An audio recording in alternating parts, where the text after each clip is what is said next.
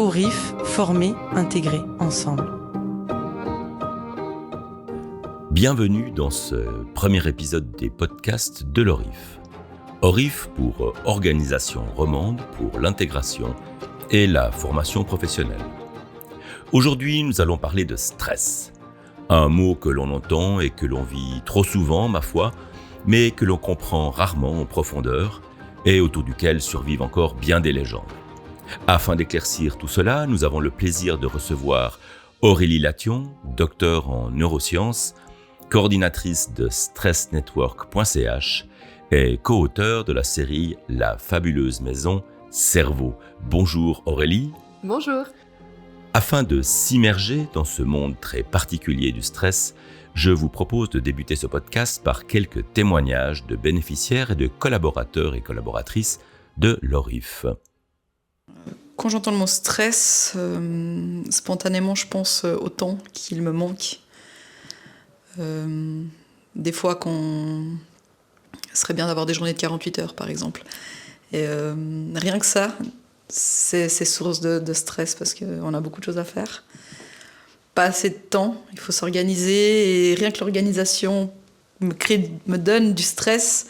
Et du coup, c'est un peu un cercle vicieux. Le stress donne du stress, qui amène du stress, et voilà. Alors le mot stress me fait penser soit à du positif, soit à du négatif. En fait, dans ma vie, j'ai vécu plusieurs niveaux de stress, mais je pense à un stress peut-être professionnel et privé, il y a un petit peu les deux. Parce que quand on parle de stress, c'est souvent professionnel, on est d'accord ? Il me semble, en tout cas, on affecte souvent le stress à un travail ou à une occupation professionnelle. Mais je pense qu'il y a aussi du stress au niveau privé, à tous les niveaux. Au niveau des enfants, au niveau plus loin dans la vie, des deuils, du mariage, du divorce, des choses comme ça. Donc il y a des stress, il y a des niveaux de stress différents. J'ai l'impression qu'on parle souvent de stress négatif. Et pour moi, ça peut être du stress qui te pousse en avant dans certains moments de ta vie aussi. C'est ça. Dans ces témoignages que l'on vient d'entendre, le mot stress revient évidemment souvent. Aurélie, de quoi parle-t-on réellement ? Alors, comme on l'a entendu, les personnes, quand on parle de stress, généralement, c'est quelque chose de négatif, c'est quelque chose en lien avec le travail ou avec la famille. Ça va être rarement positif. D'ailleurs, une des personnes l'a quand même mentionné que pour lui, ça peut être positif. Et en effet, le stress, c'est une réponse normale de notre corps lorsqu'il doit s'adapter, lorsqu'il est face à des défis. Donc, c'est quelque chose qui est fondamentalement positif malgré la vision de ce mot maintenant dans notre société. Mais alors concrètement, que se passe-t-il peut-être dans notre cerveau, dans notre corps, lorsqu'on est stressé ? Enfin, moi, je l'étais un petit peu là avant l'émission, je peux imaginer, mais en tant que scientifique. Ouais. Alors, il y a deux voies qui sont activées lorsqu'on est stressé. On a une voie rapide et une voie lente. La voie rapide, ça va être une voie qui va libérer de l'adrénaline. C'est un mot, c'est une hormone que beaucoup de gens connaissent. Donc, elle va activer ce qu'on appelle le système nerveux autonome, donc le système nerveux qui est responsable des fonctions involontaires, comme les battements du cœur, la respiration ou la digestion. Et quand on active ce système nerveux, on va aller justement sur les glandes surrénales. Ce sont des toutes petites usines sur nos reins qui libèrent énormément d'hormones et donc l'adrénaline. Cette voie rapide, on peut la sentir. On va avoir les battements du cœur qui vont s'accélérer, on va avoir tendance aussi à transpirer, à avoir la bouche sèche ou à respirer plus vite. Et il y a également d'autres fonctions dont on ne se rend pas compte tout de suite qui vont être arrêtées ou ralenties, par exemple la digestion. Après un stress, on a souvent mal au ventre parce que tout doit se remettre un peu en marche. Et ça, c'est justement pour pouvoir répondre directement à se battre ou fuir face à un stresseur. Ensuite, on a la deuxième voie qui est plus lente, qui là va utiliser un axe qui a un joli nom, l'axe hypothalamo-hypophysien surrénalien, qui est en fait l'axe du stress. Ce sera beaucoup plus simple de le dire comme ça, qui met en marche l'hypothalamus, une région de notre cerveau qui est importante dans beaucoup de fonctions vitales, l'hypophyse aussi, qui libère des hormones, et de nouveau nos glandes surrénales qui vont libérer le cortisol. Donc, pas mal de gens connaissent cette hormone comme l'hormone du stress. Et le cortisol va mobiliser de l'énergie. On va devoir continuer à répondre à cette situation et on a besoin de cette énergie. Elle a aussi une particularité, c'est qu'elle va aller retourner dans ces régions pour leur dire « Bon, maintenant c'est bon, on a réagi, il faut arrêter, stop ». Et c'est ça qui fait que le stress, normalement, doit s'arrêter et qu'il est de courte durée. D'accord. Mais on a quand même ce sentiment parfois que le stress, c'est une chose qui est normale ou utile. Ça fait sens dans... Tout à fait, oui, c'est effectivement normal et utile. On l'oublie souvent. Mais si on pense au but fondamental de cette réponse, c'est de survivre à une menace, de pouvoir gérer ça. Si on pense à nos ancêtres, ils avaient des menaces pour leur vie beaucoup plus fréquentes que nous aujourd'hui. Sûrement. Et ils devaient trouver les façons de s'adapter, de se rappeler aussi de ça pour pouvoir ensuite gérer différemment. Donc ça reste quelque chose d'essentiel. Alors de nos jours, en Suisse en tout cas, on n'a pas de menace autant pour notre vie, heureusement. Mais on a toujours cette réponse qui est là et on doit quand même s'adapter à des situations, que ce soit au travail ou dans notre vie personnelle. Très bien. Je suis un homme, ça est une évidence, tu es une femme, mais on n'a pas le même âge non plus. Est-ce qu'on réagit tous de la même manière au stress, peut-être en fonction de quels critères ou... Alors non, déjà parce qu'on est tous différents, que ce soit par la génétique et après que ce soit par nos expériences. On n'a pas vécu les mêmes choses. Selon l'âge, mais aussi selon l'endroit où on est né, où on vit, et notre environnement va aussi jouer un rôle. Même des jumeaux, des vrais jumeaux, vont pas forcément avoir les mêmes réactions au stress, parce qu'il suffit qu'ils vivent de choses différentes. Ils sont pas tout le temps ensemble, ils sont pas collés ensemble, donc ils vont avoir des expériences différentes et ça va être des réponses qui sont aussi différentes. Donc ça, c'est quelque chose qui est extrêmement important aussi à prendre en compte parce qu'on est... Et ça peut évoluer au travers d'une vie? Je veux dire, oui. On peut stresser de manière différente à 15, à 30 ans, à 60 ans? Tout à fait. Les stresseurs sont pas les mêmes. Quand on est bébé, on va avoir tendance à des stresseurs comme rien que la faim, la soif ou le besoin d'être avec ses parents. C'est quelque chose qui est énorme. C'est pour ça que les bébés pleurent aussi dès qu'ils ont faim parce qu'ils doivent exprimer qu'il y a quelque chose qui va pas et ils savent pas comment. Quand on est plus grand, on gère un peu mieux la faim. Plus ou moins. Plus ou moins, si on s'énerve pas parce on a faim. Et ensuite, après, avec les relations sociales, l'adolescence, c'est un moment clé où les relations sociales sont très importantes. Il y a aussi parfois des conflits, donc on a aussi différents stresseurs. Et après, à l'âge adulte, quand notre cerveau est enfin mature, autour de 25 ans, on a d'autres façons de gérer aussi le stress. Donc ça, mais une personne du même âge va aussi quand même être de façon différente, va aussi gérer ça de façon différente. Par contre, on a aussi ce qu'on appelle la recette du stress. Donc, cette recette, elle est avec l'acronyme CINE. Le C pour manque de contrôle, le I pour imprévisibilité, le N pour nouveauté et le E pour l'ego menacé. Donc ces 4 ingrédients, si on peut dire ça comme ça, à chaque fois vont amener une réponse au stress chez tout le monde. Parce qu'on va se sentir vraiment peut-être menacé et on va réagir. Alors attention, on va pas tous réagir de la même intensité, de la même façon, mais c'est la recette du stress qui amène chez tout le monde une réponse. Et si on combine bien sûr ces ingrédients, alors c'est encore pire. C'est le cocktail explosif. ORIF, former, intégrer, ensemble.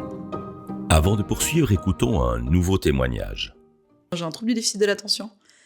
Donc la procrastination, c'est un peu le maître mot, je pense, de mon fonctionnement. Et je fonctionne très, très, très, très bien sous stress. Je suis hyper performante sous stress. Donc oui, le stress m'aide à mieux réussir, par exemple, un test au cours. Je vais procrastiner jusqu'à la dernière minute, je vais avoir un énorme taux de stress qui va arriver, puis du coup là je vais être hyper performante, puis après forcément je vais m'écrouler de fatigue parce que c'est pas bon, mais oui, alors vu mon profil, le stress est un moteur chez moi, ouais. On a entendu dans un témoignage que la personne faisait référence au stress comme un moteur. Est-ce que c'est possible? Oui. Mais est-ce que c'est possible? Tout à fait, oui. Le stress est souvent considéré comme un moteur, par exemple, pour des gens qui font du sport ou qui font du théâtre ou de l'art, de la musique. On imagine un match, une compétition, un spectacle. Beaucoup le voient comme plus de l'excitation que comme quelque chose de négatif. Donc, ils sont excités avant le début et ça les aide à mieux performer. Après, pour que ce soit un moteur, il faut aussi changer son point de vue. Justement, de pas se dire que le stress est forcément négatif, mais que ça peut nous aider et que ça peut justement nous amener plus loin parce que nos capacités sur le moment-là sont faites pour réagir. Donc, on est focus sur le moment. On a aussi de l'énergie en plus. Donc, ça peut aller être positif et nous aider dans ce genre de situation. Ça, c'est du bon stress, alors. Exactement. Ça, c'est du très bon stress. Il y a une différence entre bon et mauvais stress. Oui. Malheureusement, oui, ou heureusement, je ne sais pas. Mais effectivement, le stress, comme il est pensé par notre corps, par la façon dont on fonctionne, est bon, et parce qu'il nous permet, comme on l'a dit, de survivre, de réagir à des menaces, et ça peut être un moteur. Mais il faut qu'il soit aigu, c'est-à-dire qu'à un moment, il faut que ça s'arrête. Il faut que ce soit de courte durée. D'accord. Quand on commence à être trop long, ou même s'il est trop intense, on peut avoir des stresseurs comme des événements, des catastrophes naturelles. Ça va être négatif et ça va impacter notre vie. Quand ça commence à tourner dans notre tête, ça nous impacte aussi dans notre quotidien. On voit que ça commence à être quelque chose de négatif et ça va pas être bénéfique sur ce moment-là. Alors, à quel moment ça bascule finalement et que ça devient nuisible? Alors, malheureusement, il n'y a pas de moment où on se dit, alors si je passe 3 jours sous stress, ça va être nuisible. Ça va dépendre encore une fois des personnes. On est encore une fois tous différents. Mais on sait que après quelques jours, semaines, voire mois, ça va impacter. Quand on n'arrive plus à revenir au calme ou qu'on n'arrive plus à se sortir de cette situation, ça impacte notre sommeil, ça peut impacter notre relation avec les autres, aussi notre façon de manger. Là, ça commence à être nuisible et on peut avoir aussi après des conséquences qui peuvent être sur le long terme. De quel ordre? On a des conséquences qui peuvent être physiques, on a des conséquences qui peuvent être psychologiques, on va avoir des douleurs, on peut avoir des changements dans notre façon d'être avec les autres, on peut avoir aussi des problèmes de digestion, de la fatigue. Il y a énormément de signaux qui peuvent apparaître, qui sont à prendre en compte. Aurélie, tu nous parles de différences de stress en fonction de chacun. Si on prend l'exemple ici d'un jeune apprenti ou du jeune apprenti qui va commencer son premier stage et qu'on se met un petit peu dans ses baskets, qu'est-ce qu'il peut ressentir à ce moment-là? Alors, si on repart sur notre fameuse recette du stress, le premier ingrédient, c'est la nouveauté. Dès qu'on quelque chose de nouveau, même si nous, on commence un nouveau travail, on change de travail, ce jeune apprenti ou cette jeune apprentie va être face à quelque chose qu'il ne connaît pas, qui est totalement nouveau. Donc, ça va être un facteur de stress. Ensuite, généralement, les apprentis sont encore dans l'adolescence, jeune adulte. Donc, il y a aussi peut-être un sentiment d'ego menacé. Il ne sait pas comment les autres vont juger son travail ou juger sa personnalité aussi. Si on imagine que c'est le premier jour, il est face à des gens qu'il ne connaît pas. Il va se dire, mince, comment ils vont me prendre, comment ils vont me trouver? Et à cet âge-là, c'est encore plus exacerbé par ce besoin d'interaction, de reconnaissance sociale. Donc, il y a ces deux-là. Il y a aussi, peut-être de pas savoir ce qu'il attend, un peu d'imprévisibilité et de manque de contrôle. Donc, c'est un bon cocktail, généralement, quand on commence un apprentissage qui peut faire qu'on est extrêmement stressé. Il y a pas mal d'idées reçues quand même sur ce stress. Quelles sont les idées peut-être fausses les plus répandues? Il y en a beaucoup, il y en a énormément. Mais si on réfléchit au principal, la première, simplement, c'est que le stress est négatif, forcément que négatif. Ce qui est complètement faux, on l'a vu, c'est une réponse de notre corps qui est très utile. Il y a aussi cette idée qui fait que seules les personnes qui sont faibles ou trop émotives ou qui ont certains traits de personnalité vont souffrir de stress, vont être impactées sur ça. Et ça, c'est quelque chose dont j'ai horreur parce que ce n'est pas du tout vrai. On a vu, on est tous différents, on va tous réagir différemment.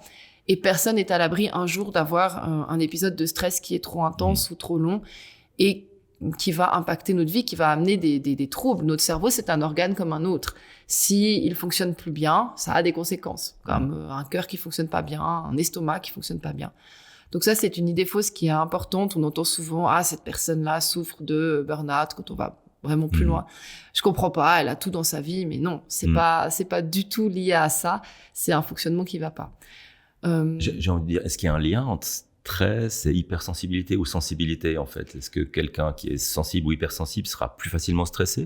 Il peut avoir un lien, oui. La personnalité va jouer un rôle, oui, parce que on va répondre différemment, on va percevoir.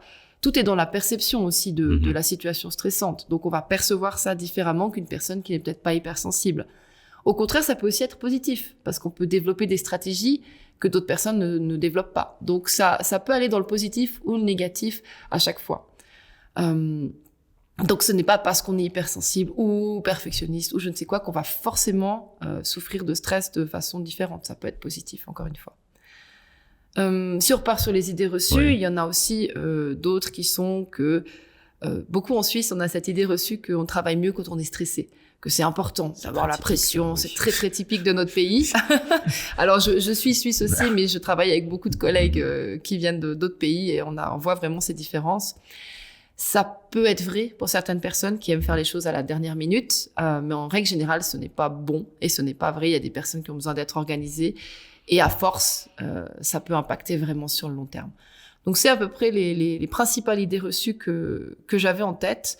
Et une autre dont je voulais peut-être parler, qui est plus un tabou qu'une idée reçue, c'est de se dire tout le monde est stressé. Donc, pourquoi est-ce que moi, j'en souffrirai plus autant que il faut que j'apprenne à gérer ça, c'est mon problème, c'est pas le problème du reste. Et encore une fois, c'est totalement faux. Oui, tout le monde est stressé, mais ça ne veut pas dire que ce qu'on ressent nous doit être caché ou mis à la poubelle. D'accord. Ouais. Et si on rêve un petit peu, est-ce qu'on peut vivre sans stress? C'est qu'il y a une recette miracle? Absolument pas. Ah, dommage. Et heureusement, parce que sans stress, on ne se lèverait même pas le matin. Quand on parle de stress, on pense, on l'a dit, on pense souvent au travail, à la famille, mais il ne faut pas oublier qu'il y a des stresseurs comme la faim, la soif, le froid, même les maladies ou les inflammations, des stresseurs qui sont internes, qui sont physiques, auxquels il faut répondre. Donc, on a besoin de ça. Et si on n'a pas de stress, on ne s'adapte pas et on ne vit pas.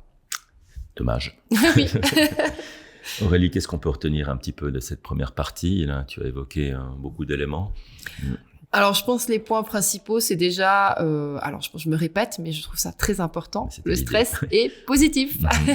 C'est une réponse normale de notre corps qui est essentielle.